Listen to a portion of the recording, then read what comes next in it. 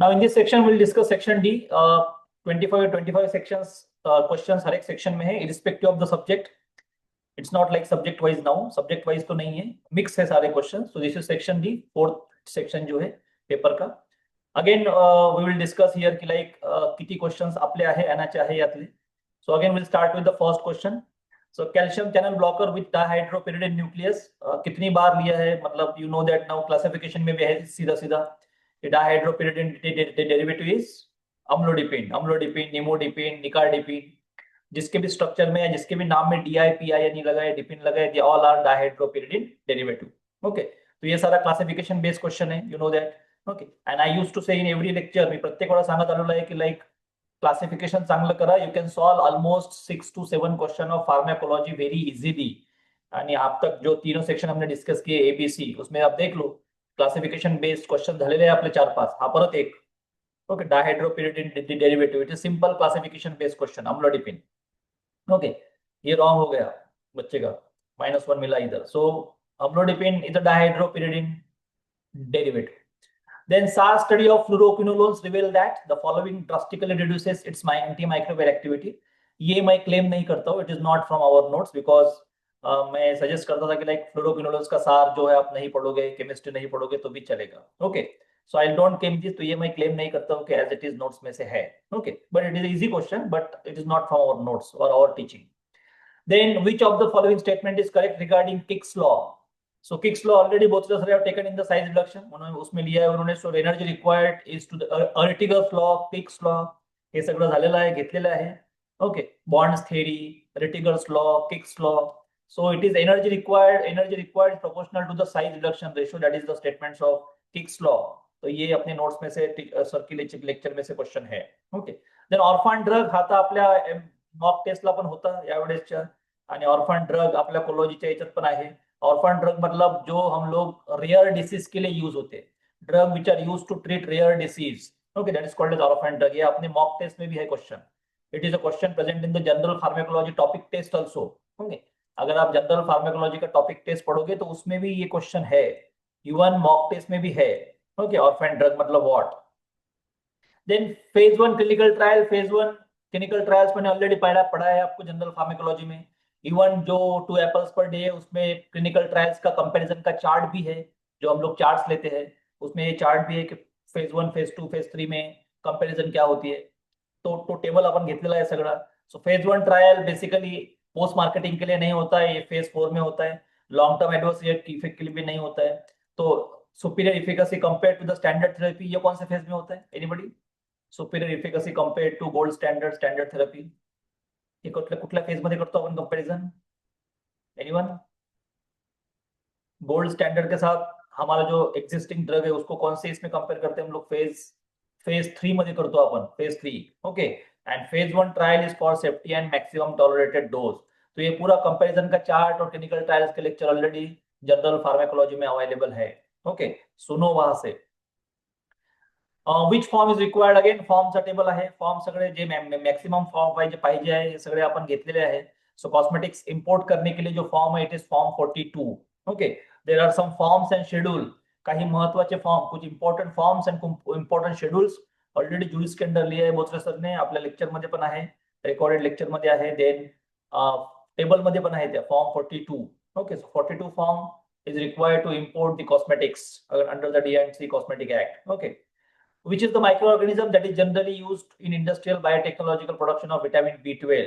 तो ये शायद डायरेक्टली नोट्स में से नहीं मिलेगा आपको. आई एडमिट कि ये नोट्स में हमारे डायरेक्टली आंसर नहीं होगा कि विटामिन B12 के लिए कौन सा माइक्रो ऑर्गेनिज्म हम लोग यूज करते हैं फॉर बायोटेक्नॉलॉजिकल प्रोडक्शन. बट यावेळेस मी विटामिन बी चे पण ऐसे ऍड करणार आहे आपल्या याच्यात नोट्स मध्ये, तो हे तुम्हाला येईल यावेळेस. ठीक आहे. Then mechanism of action of following drug is mediated through generation of reactive oxygen species which is attributed to its mutagenic potential.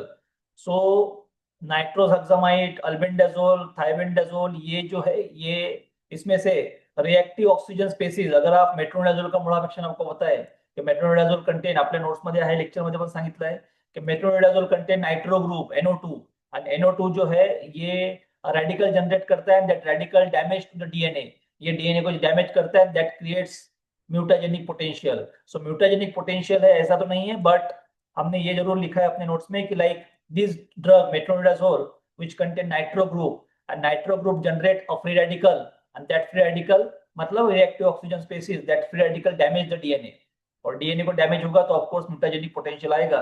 That's why this is the answer of the question metronidazole. तो ये भी आप logic लगा के अपना notes पढ़ के कर सकते हो। Okay, then during the pre formulation a drug shows 6% moisture uptake at 75% relative humidity but 0.5% uptake at 40% relative humidity.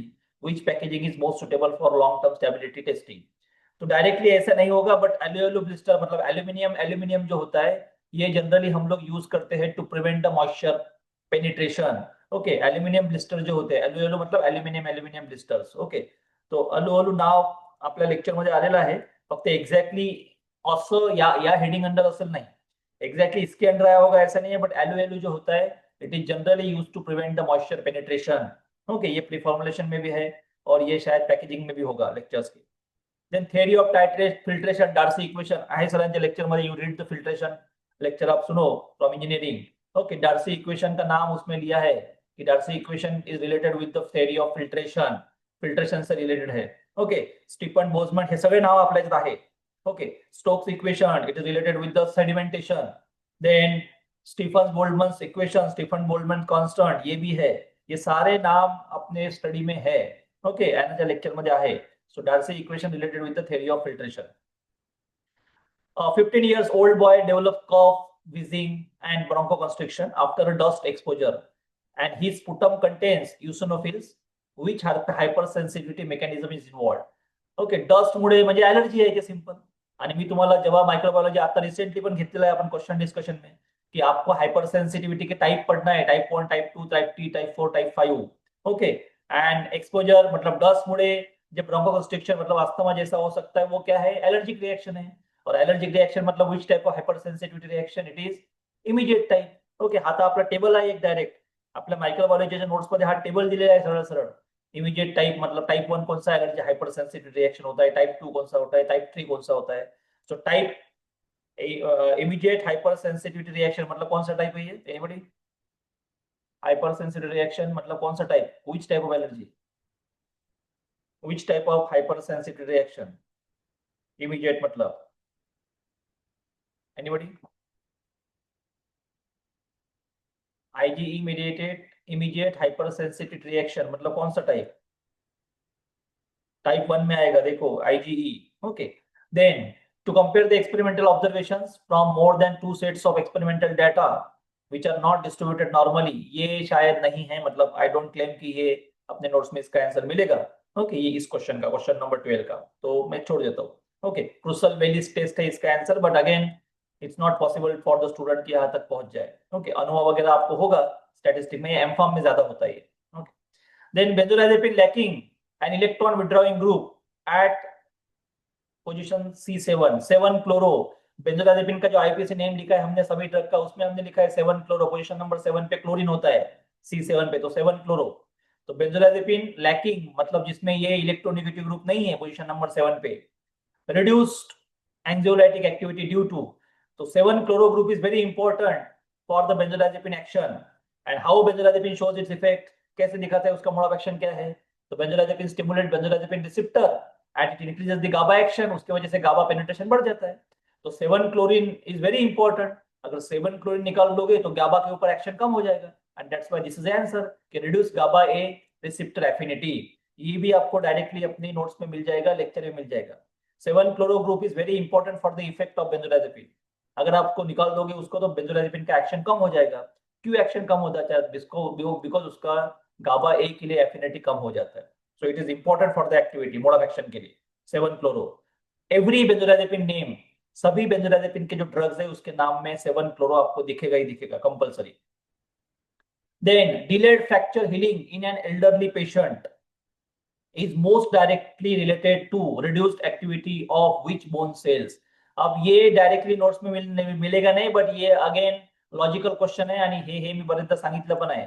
कॅल्सिटोनिन और पॅरा हार्मोन, पॅराथायरॉइड हार्मोन हे जेव्हा मी शिकवलं त्यामध्ये त्यावेळेस मी सांगितलंय तुम्हाला की ऑस्टिओब्लास्ट आणि ऑस्टिओक्लास्ट काय करतात, ऑस्टियोब्लास्ट मतलब जो बोन्स को स्ट्रॉन्ग करते हैं, बनाते हैं। ऑस्टियोक्लास्ट मतलब जो बोन को क्रैश करते हैं, मतलब वीक करते हैं। तो पूछा है कि delayed fracture healing in elderly patient, fracture heal होना कभी कभी डिले हो जाता है एल्डरली पेशंट्स मध्ये, म्हणजे ज्यांचे थोडे एज जास्त असतात त्यांच्या बॉडीमध्ये फ्रॅक्चर हीलिंग लवकर होत नाही। आणि का होत नाही, तर बोन बनाने के लिए कौन से सेल चाहिए हमें, ऑस्टियोब्लास्ट की ऑस्टियोक्लास्ट, बोन बनवायसाठी, बोन को स्ट्रॉन्ग करने के लिए which cell we want, blast या क्लास्ट, ऑस्टियोब्लास्ट की ऑस्टियोक्लास्ट, बोन को स्ट्रॉन्ग करने के लिए। Anybody, which cells we want for bone formation? Okay, हे मी तुम्हाला सांगितलं होतं बी, बोलो बोलो बोलो। ऑस्टियोब्लास्ट। ब्लास्ट चाहिए, करेक्ट। ब्लास्ट मतलब बिल्ड करना, क्लास्ट मतलब सी, क्रैश करना। सो बोन को जो बिल्ड करते हैं दे आर ऑस्टियोब्लास्ट, और बोन को जो क्रैश करते हैं दे आर ऑस्टियोक्लास्ट। तो पूछा है कि अब जिनके बॉडी में ऑस्टियोब्लास्ट का एक्टिविटी अच्छा होगा उनमें फ्रॅक्चर या बोन जल्दी बनेगा। ओके, ज्यांच्या बॉडीमध्ये ऑस्टियोब्लास्ट इफेक्ट, ऑस्टियोब्लास्ट सेल चांगले असेल त्यांच्या बॉडीमध्ये हिलिंग म्हणा किंवा बोन फॉर्मेशन लवकर होईल। So delayed fracture healing in elderly patient, elderly patient में फ्रैक्चर हीलिंग डिले होता है, why, because reduced activity of which bone cells, so osteoblast का एक्टिविटी कम हो जाता है, इसीलिए फ्रैक्चरिंग का हीलिंग जल्दी नहीं होता है। ओके, तो दिस इज द आंसर, जो आराम से आप लॉजिकली भी फाइंड आउट कर सकते हो। Okay, most stable conformation of the ethane, ये सरांनी सरळ आहे लेक्चर मध्ये ओसीच्या staggered, there are only 2 conformations of, मतलब जो है इथेन के स्टैगर्ड, और दूसरा कौन सा होता है, स्टैगर्ड एंड करेक्ट। हाँ, इक्लिप्स आणि स्टॅगर्ड हे दोनच कन्फर्मेशन आहे इथेनचे, त्यापैकी मोस्ट स्टेबल इज स्टॅगर्ड। सरळ सरळ सरांच्या लेक्चर मध्ये आहे ओसीच्या, नोट्सची गरज नाही आहे, मी आताही सांगतो, जो भी लेक्चर्स, रेकॉर्डिंग लेक्चर्स आहे ओसी के, ते सगळे रिव्हिजन सहित एकदा ऐकायचे। जेव्हा जेव्हा आम्ही रिव्हिजन घेतो ओसीची ती घ्यायची, त्यावरनं सगळं क्लिअर होतं। मोठे मोठे बुक्स, मॉरिसन अँड बॉयड वगैरे किंवा अजून काही नोट्स नाही घेतल्या तरी चालेल, सगळे लेक्चर स्टॉप, क्वेश्चन त्यातून आहे।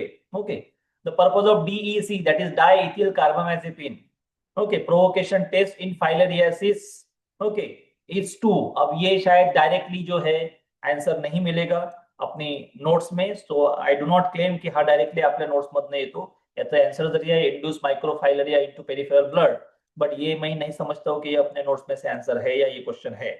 Okay, DEC diethyl carbamazepine used in the treatment of filariasis, ये अपने नोट्स में है। It is a question of anthelmintic topic, ये एंथेलमेंटिक टॉपिक का क्वेश्चन है, तो ये नोट्स में है, बट ये एग्जैक्टली ये वाला जो पार्ट है, ये लाइन जो है ये नोट्स में नहीं है। Okay, next, clinical trial conducted in the parallel, अब ये थोड़ा सा मतलब लॉजिकल का एक क्वेश्चन है। ओके, या clinical trials conducted in a parallel has shown that there is 60% chance for any given patient to respond to A drug, 60% लोक जे आहे ते A ड्रगला रिस्पॉन्ड करतात असं म्हणतात, आणि 50% जे आहे ते बी ड्रगला रिस्पॉन्ड करतात। ओके, आणि 20% जो है 20% patient will respond to both drug, दोनों को रिस्पॉन्ड करते हैं ए और बी को। तो 60% population respond to drug A, 50% population respond to drug B, and 20% population respond to both A and B. So then what is the probability that any randomly selected patient responding to at least one drug? Okay, तो फिर कोई भी एक patient आप choose करो और वो किस ड्रग को रिस्पॉन्स करेगा, इसकी प्रोबेबिलिटी क्या है? तो आंसर दिया उन्होंने 0.9%, पण ये कोई सायन्स बेस्ड क्वेश्चन नहीं है, it is your aptitude based question. Okay, हे ते जे एमबीए चे क्वेश्चन असतात ना त्या टाइपचा क्वेश्चन आहे हा। Okay, it is not a science based question, तो आपको यहाँ पे लॉजिक लगा के और वो कैलकुलेशन करके आपको ये आंसर सॉल्व करना है। 0.9 यहाँ पे दिया है, तो ये तो मतलब कहीं पे भी डायरेक्टली नहीं होगा, it's all your based on your aptitude, कैसे आप सोचते हो उस क्वेश्चन के ऊपर। तो okay, NRDC is described as an agency promoting commercialization of the technologies from public to private sector. Which of the following best reflect its functional role? Again, ये marketing वाला जो पार्ट है ना, जो मी सांगत असतो की ते सोडून द्यायचं, तो छोड़ देना है। वो भी पूछते हैं मार्केटिंग के question 2-3, but I strongly suggest की तो सब्जेक्ट आपल्याला वाचायचा नाही।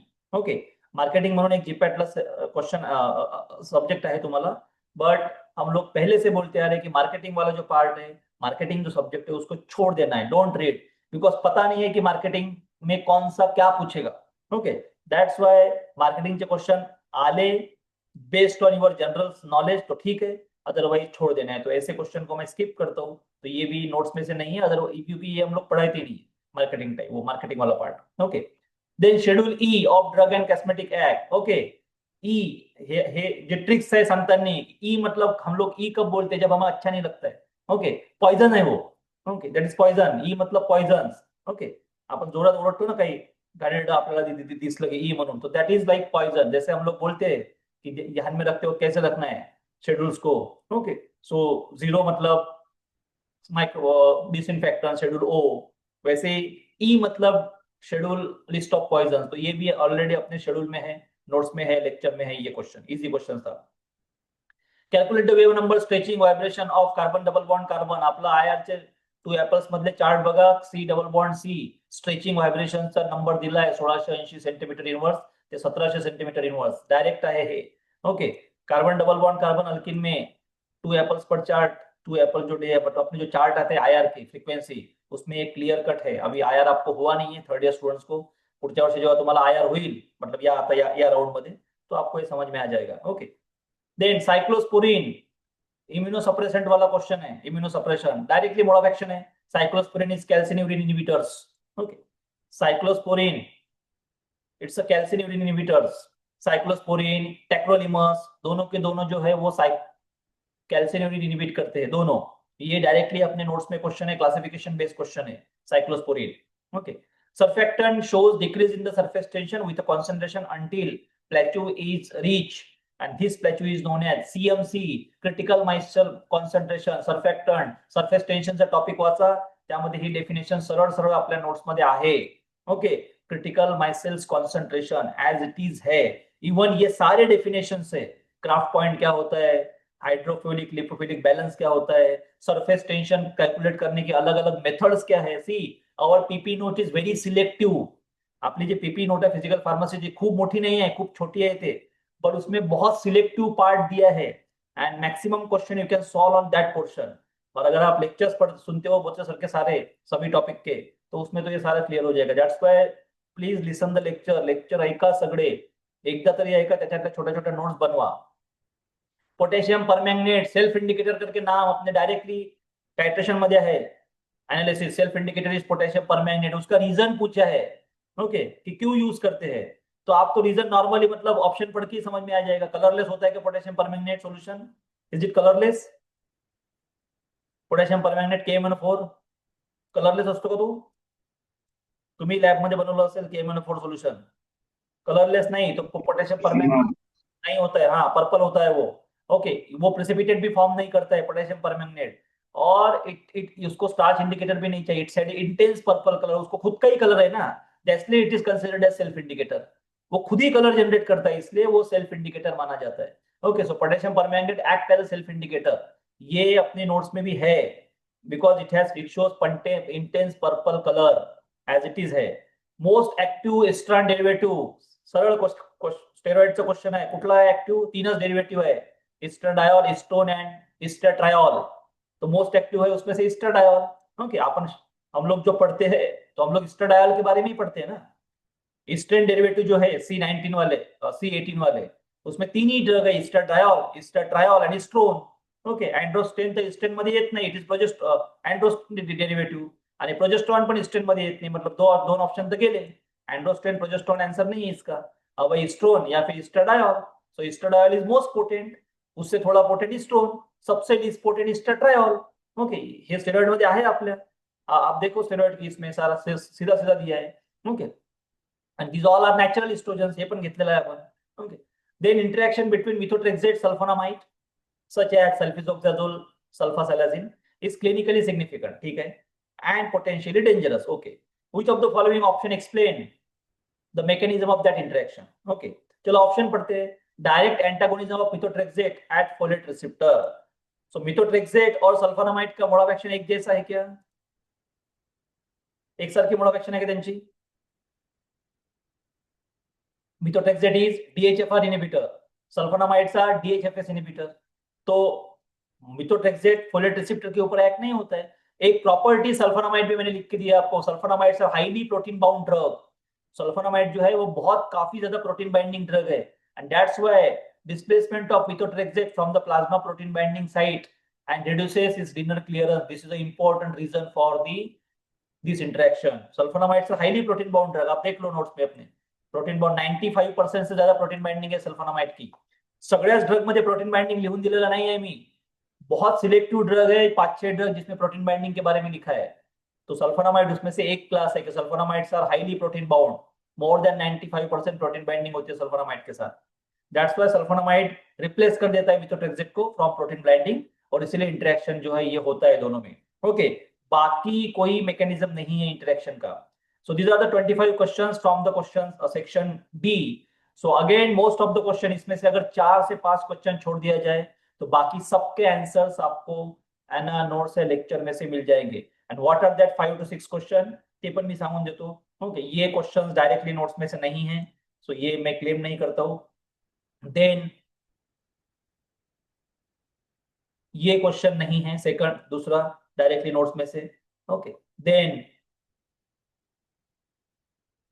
ये क्वेश्चन नहीं है डायरेक्टली नोट्स में से, मतलब थर्ड. ओके, या लेक्चर में से ये नहीं है. देन ये भी डायरेक्टली नहीं है फोर्थ, डायरेक्टली नोट्स और लेक्चर में से डायरेक्टली. हाँ, ये तो इसके लिए तो लेक्चर की जरूरत ही नहीं, इट इज योर नॉलेज मतलब एप्टीट्यूड बेस्ड क्वेश्चन है ये. ओके, ये भी नोट्स में से नहीं है, डायरेक्टली मार्केटिंग वाला क्वेश्चन है ये, तो इसको भी मैं क्लेम नहीं करता हूँ. ओके, बाकी जर तुम्ही सगळे बघितले, मतलब if you skip 5 to 6 question, ये 6 क्वेश्चन अगर छोड़ देता हूं मैं, तो मैक्सिमम क्वेश्चन मतलब almost 20 to 21 question, 19 to 20 question from section D जो है वो directly you can get it from the एना लेक्चर एना नोट्स में से आपको मिलेगा. That's why again I repeat, जे तुम्हाला सांगितलंय ते व्यवस्थित करा. Okay, that's it about the section D. ये हो गया सेक्शन डी.